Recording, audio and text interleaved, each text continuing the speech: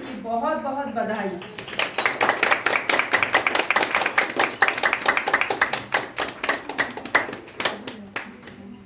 ओम शिव हरि।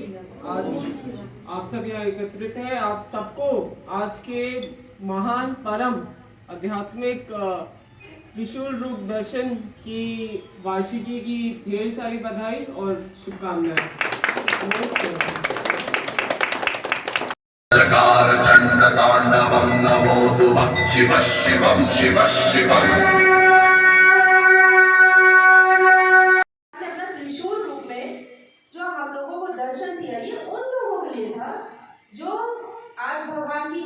ज्ञान हमारे सामने है, दिव्य ज्ञान हमारे सामने है। वाणी खंडों के माध्यम से अलग अलग युग में भगवान आए, अपनी लीलाओं से उन्होंने क्या किया। केवल लीलाएं नहीं थी हमारे मनोरंजन के लिए, वही तो ज्ञान था।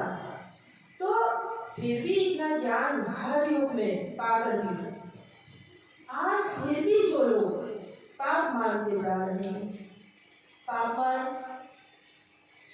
बहुतों को नहीं समझ में आएगा ये पाप मान क्या है। अब अगर बहुत छोटे में मैं बताऊं तो ये पाप मान तो वो भी है कि जब हम जाति बंधन में फंसकर अंधविश्वासों में फंसे। अंधविश्वासों की परिभाषा भी बहुत लंबी चौड़ी है, बहुत लंबी चौड़ी, और ये आप लोगों से बेहतर कोई नहीं जानता है कि क्या क्या अंधविश्वास है। तो अंधविश्वासों में इन सब में पढ़कर जब हम मानवता का गला घोटते हैं, वही तो पाप मान रहे हैं। भगवान के अनुसार केवल मानवता नहीं है, उन्होंने कहा है जाति है इंसान की, धर्म है मानवता का। जब हम मानवता का गला घोटते हैं इन सब में फंसकर, तो हम कहीं ना कहीं धर्म में, उसके मार्ग में बाधा पैदा कर रहे होते हैं। तो ये जो पाप है ये मन वचन कर्मों तीनों के द्वारा होता है। ये ऐसा मत समझिए कि आप कहें कर्म तो हम ऐसा नहीं कर रहे हैं। आपके अगर मन में भी पाप है, आपके मन में भी अगर किसी के प्रति ईर्ष्या इस सीमा तक है कि उसके जीवन का कहीं अहित हो सकता है, आपके वचन ऐसे किसी के जीवन में आघात पैदा करते हैं कि हो सकता है वो अपना जीवन ही खो दे आपके केवल शब्दों को सुनकर, तो ये पाप है। इनका महत्व है जीवन में कि मन में हम क्या भावना लेकर घूमते हैं, वचन हम कैसे बोलते हैं, और कर्म तो है ही। तो मैं आपसे यही कहना चाहूंगी कि मत भटकिए।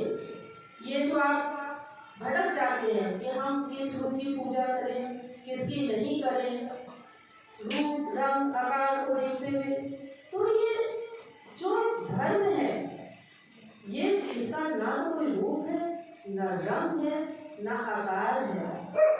ना भगवान तो हर हो रहे, भगवान तो सब कुछ है।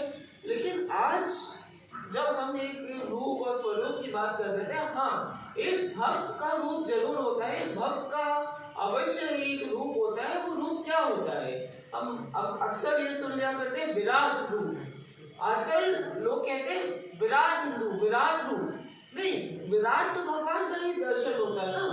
विराट रूप दर्शन तो भगवान का होता है। एक भक्त तो 100 में होता है। एक भक्त वो होता है जो भगवान की असीमता को पहचान कर अपनी सीमाएं जानता है। एक भक्त की भी सीमाएं होती है, वो सीमाएं उसको निर्धारित जरूर करती है, उस परिभाषित जरूर करती है, लेकिन उस भक्त को, क्योंकि वो भगवान से है, उस सीमा में उस भक्त को रोक नहीं देती है। वो सीमा ये बताती है कि हाँ ये सही है, ये गलत है। भक्ति क्या है, धर्म क्या है? अगर सबसे सरल शब्दों में कहते हैं जो सही है वो करना, वही तो भक्ति है, वही तो धर्म है। जो सही है, जो और सही क्या है, जो भगवान ने हमें बताया है। पर इस सीधी सी बात है, इसमें अगर आप भगवान को जिस भी रूप में आज देखें और जिस भी आकार में देखें, भगवान ने आज अवतरण क्यों लिया है? भगवान ने यही अवतरण इसीलिए लिया है, यही बताने के लिए कि क्या सही है, क्या सही है और क्या गलत है। और उस गलत का अगर तुम आचरण करोगे तो तुम्हारे साथ क्या होगा। और भक्ति करोगे, भगवान के दिखाए पाठ पर, भगवान की दिखाए दिशा पर आप चलते रहोगे, तो आप भगवान को कैसे समर्पित हो सकते हैं, भगवान ने हमें बताया है। और मोक्ष और निर्वाण क्योंकि आज जो है भक्ति के नाम पर, धर्म के नाम पर अक्सर ये देखा जाता है कि इसी विश्व में अर्जित करने, इसी विश्व में, इसी दुनिया में, संसार में कुछ ना कुछ नया पाने का एक आचरण बन गया है। ये धर्म नहीं है, ये एक आचरण है।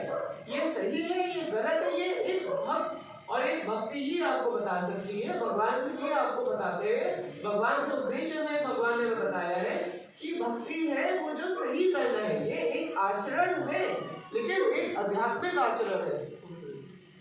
एक आध्यात्मिक आचरण ऐसा है जो हमें बताता है कि भगवान ने हमें जो बताया है उसका अनुपालन हमें कैसा करना है।